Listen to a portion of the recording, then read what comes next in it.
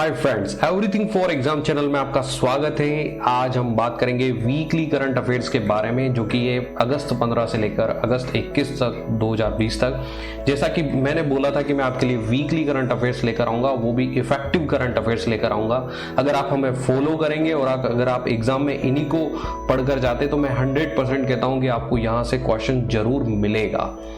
बात करते हैं कि पहले भारतीय बल्लेबाज हैं जिन्होंने खेल के तीनों प्रारूपों में शतक बनाया है। महेंद्र सिंह धोनी, सुरेश रैना, विराट कोहली, रोहित शर्मा। वो है सुरेश रैना, और अभी आपको पता है कि इन्होंने रिटायरमेंट भी ले लिया है और ये चर्चा में है।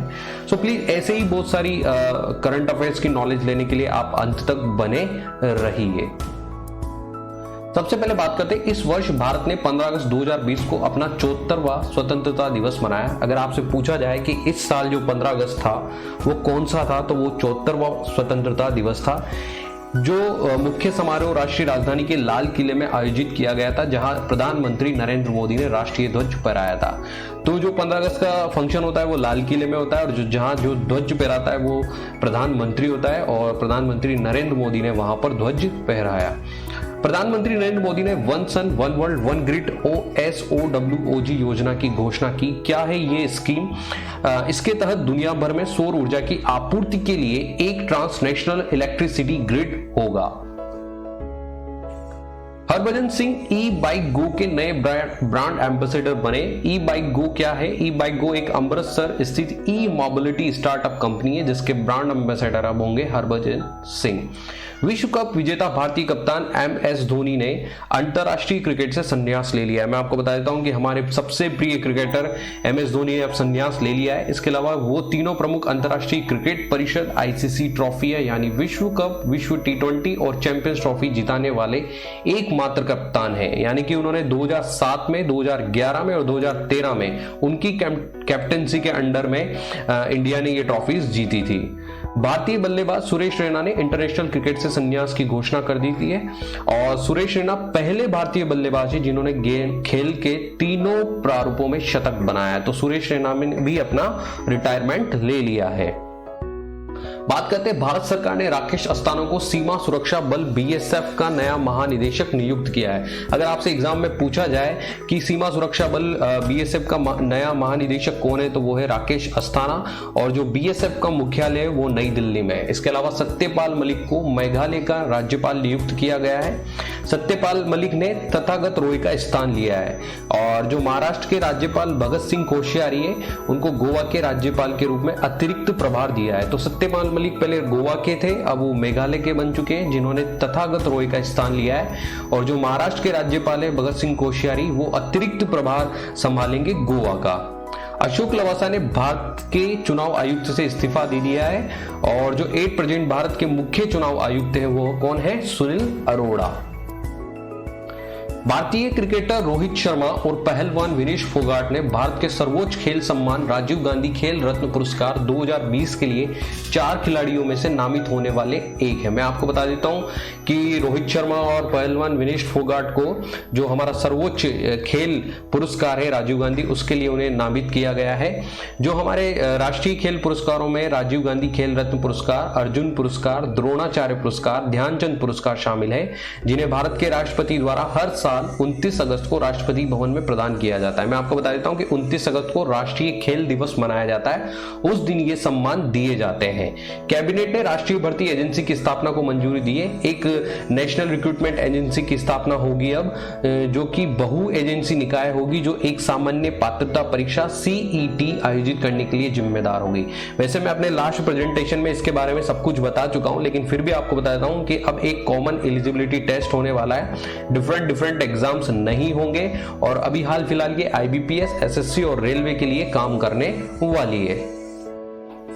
बात करते हैं, आइनॉक्स ग्रुप ने टोक्यो ओलंपिक के लिए टीम इंडिया का समर्थन करने के लिए एक प्रायोजन समझौते पर हस्ताक्षर किए, जिसे 23 जुलाई से 8 अगस्त 2021 तक आयोजित किया जाएगा। तो जो टोक्यो ओलंपिक पहले 2020 में होने वाले थे, कोरोना के चलते वो 2021 में होंगे, जो कि 23 जुलाई से 8 अगस्त तक होंगे। उसके लिए जो भारत का समर्थन करेगा वो आइनॉक्स ग्रुप करेगा। और अंतर्राष्ट्रीय ओलंपिक समिति का जो मुख्यालय है वो स्विट्जरलैंड के लॉजेन में स्थित है। कौशिक खोना गो एयर के नए सीईओ होंगे। तो अगर आपसे पूछा जाए कि गो एयर के नए सीईओ कौन है तो वो एक कौशिक खोना, और जो गो एयर का मुख्यालय है वो मुंबई महाराष्ट्र में है, और जो गो एयर के संस्थापक है वो जहांगीर वाडिया है। यहां से भी क्वेश्चन कभी कभी पुटअप हो जाता है। बात करते हैं कि पूर्व भारतीय क्रिकेटर चेतन चौहान का निधन हो चुका है, क्योंकि बहुत फेमस थे इसलिए चेतन चौहान के ऊपर क्वेश्चन पुटअप हो सकता है। वो 2018 में उत्तर प्रदेश मंत्रिमंडल में युवा और खेल मंत्री भी रह चुके थे। जाने माने शास्त्रीय गायक पंडित जसराज का निधन हो चुका है, यहां से भी क्वेश्चन आ सकता है।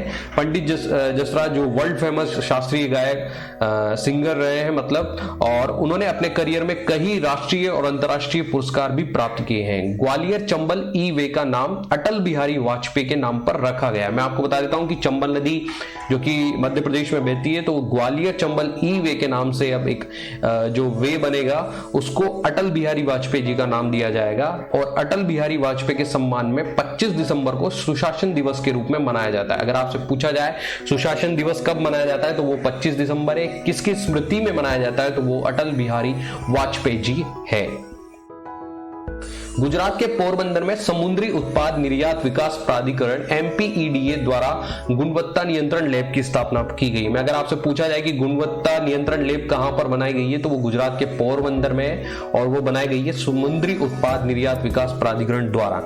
और जो समुद्री उत्पाद निर्यात विकास प्राधिकरण के जो अध्यक्ष है वो है KS श्रीनिवास, और जो गुजरात के मुख्यमंत्री है विजयभाई R रूपानी है, और जो राज्यपाल है एट प्रेजेंट वो है आचार्य देवव्रत। सेवानिवृत्त air vice marshal Arjun Subramaniam ने एक नई किताब लिखी है जिसका शीर्षक है पूर्ण स्पेक्ट्रम भारत के युद्ध 1972 से 2020। एक बुक आने वाली है, आई है कहने का मतलब पूर्ण स्पेक्ट्रम भारत के युद्ध 1972 से 2020। अगर इसका राइटर पूछा जाता है तो वो है अर्जुन सुब्रमण्यम। ये उनकी पहली पुस्तक India's Wars a military history 1947 से 1971 की अगली कड़ी है।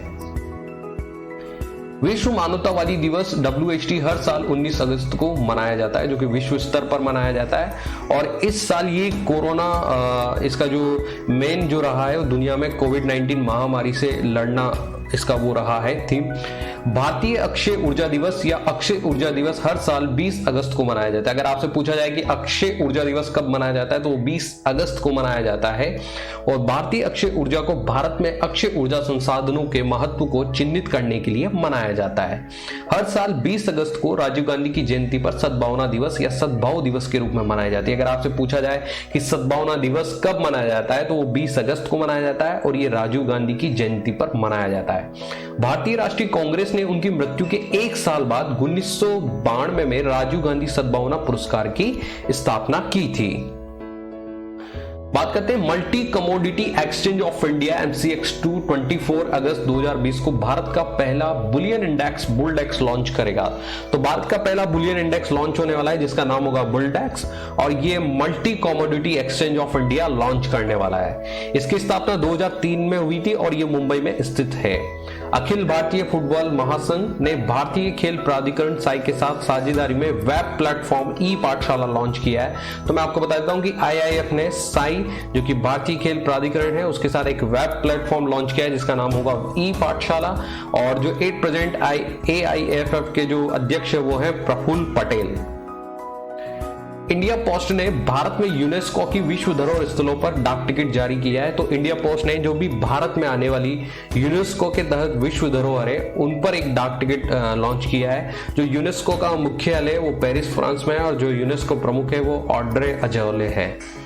स्वच्छ सर्वेक्षण 2020 के पुरस्कारों की घोषणा की गई और इंदौर लगातार चौथे वर्ष भारत का सबसे स्वच्छ शहर बन गया। मैं आपको बता देता हूं कि अगर आपसे पूछा जाए कि भारत का सबसे स्वच्छ शहर स्वच्छ सर्वेक्षण 2020 में कौन है तो वो इंदौर है। इसके अलावा जो स्वच्छ सर्वेक्षण की शुरुआत हुई थी वो 2016 में प्रधानमंत्री नरेंद्र मोदी द्वारा की गई थी।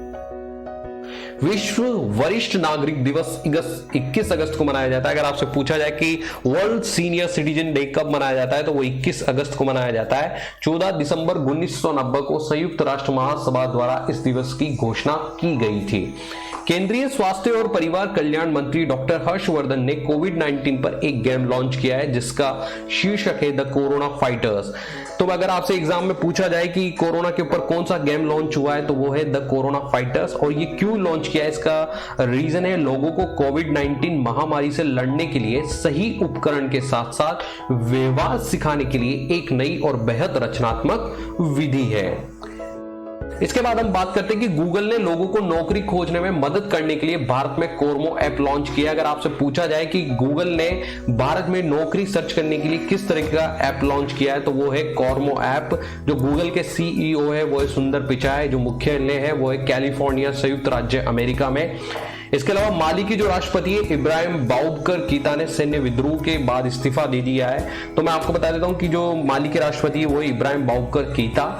क्यों उन्होंने इस्तीफा दिया है, इसका रीजन है कीता ने 2018 में चुनाव में दूसरा कार्यकाल जीता, लेकिन भ्रष्टाचार, अर्थव्यवस्था के कुप्रबंधन और देश के क्षेत्रों में सांप्रदायिक हिंसा के बढ़ने जैसे आरोप उन पर आए, जिससे सैनिक विद्रोह हुआ और उनको इस्तीफा देना पड़ा। आईआईटी मद्रास ने टॉप रैंकिंग ARII 2020 में टॉप किया। ARII क्या है मैं आपको बताता हूं। Atal ranking of institution on innovation achievements 2020 में आईआईटी मद्रास ने टॉप किया है। इंडियन प्रीमियर लीग IPL 2020 का शीर्षक प्रायोजन अधिकार काल्पनिक गेमिंग स्टार्टअप ड्रीम 11 द्वारा जीता गया है। तो जो इंडियन IPL 2020 है, जो उसका प्रायोजन आप जानते कहां होने वाला है, UAE में, और ये सितंबर से नवंबर चलेगा। तो जो इसका शीर्षक प्रायोजन का है वो ड्रीम 11 ने जीता है। और एट प्रेजेंट जो ड्रीम 11 के जो संस्थापक है वो है हर्ष जैन और भावित शेठ, और जो BCCI के अध्यक्ष है वो है सौरव गांगुली। तो मेरे फ्रेंड्स, मैंने बहुत ही आपके लिए वैल्यूबल करंट अफेयर्स बनाए। मेरे ख्याल से अगर आप इनको रीड करते हैं तो इनमें से आपको जरूर एग्जाम में क्वेश्चंस मिलेंगे। एंड प्लीज आप हमारे टच में रहिए, हमको फॉलो कीजिए, हम आपके लिए अच्छे से अच्छे करंट अफेयर्स लेकर आएंगे। तो जो अपने कदमों की काबिलियत पर विश्वास रखते हैं और वही अक्सर मंजिल पर पहुंचते हैं। मैं आपको बता देता हूं कि जो 100% स्वयं पर विश्वास रखते हैं और अपने मंजिल के लिए हार्ड वर्क करते हैं, मंजिल उनको जरूर मिलती है। So thank you for watching everything for exam, and please like, subscribe and share करना ना भूलें।